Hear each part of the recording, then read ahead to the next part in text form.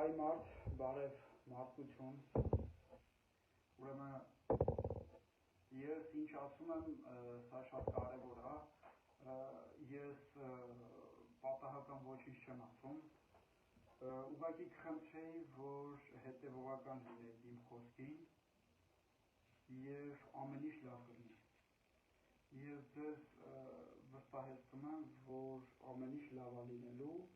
եթե դուք հետևեք իմ խոսքին։ Սա բոլորին է վերաբերում։ Ես միշտ ռեալ առաջարկներ եմ անում և ակնկալում եմ, որ մարդիկ, հայ մարդը և մարդիկ շատ լուրջ վերաբերվեն։ Ուրեմն հայր ջան, դիմում եմ ոստիկաններին, ընդհանրապես սա բոլորին է վերաբերվում,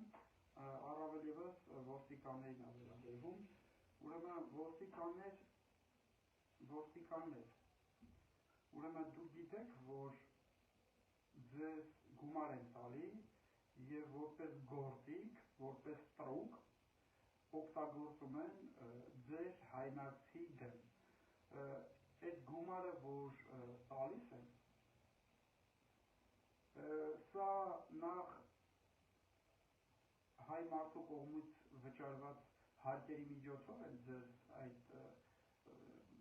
աշխատավարձերը տալի, այսինքն դուք պետք է ծառայեք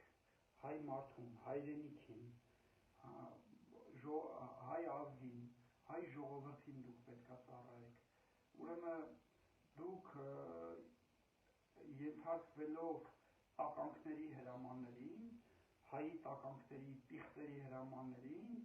դուք որպես գործիք օգտագործվում եք հայ ազգի, հայ ժողովրդի, հայ մարդու դեմ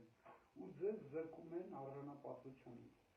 Ու այդ գումարը, որը ինչ-որ 300, 400, 500 հազար տալիս են, դուք իմացեք, եթե մեր այս երկիրը թալանած կեղեքած չլնեին պիղծեր տականքները,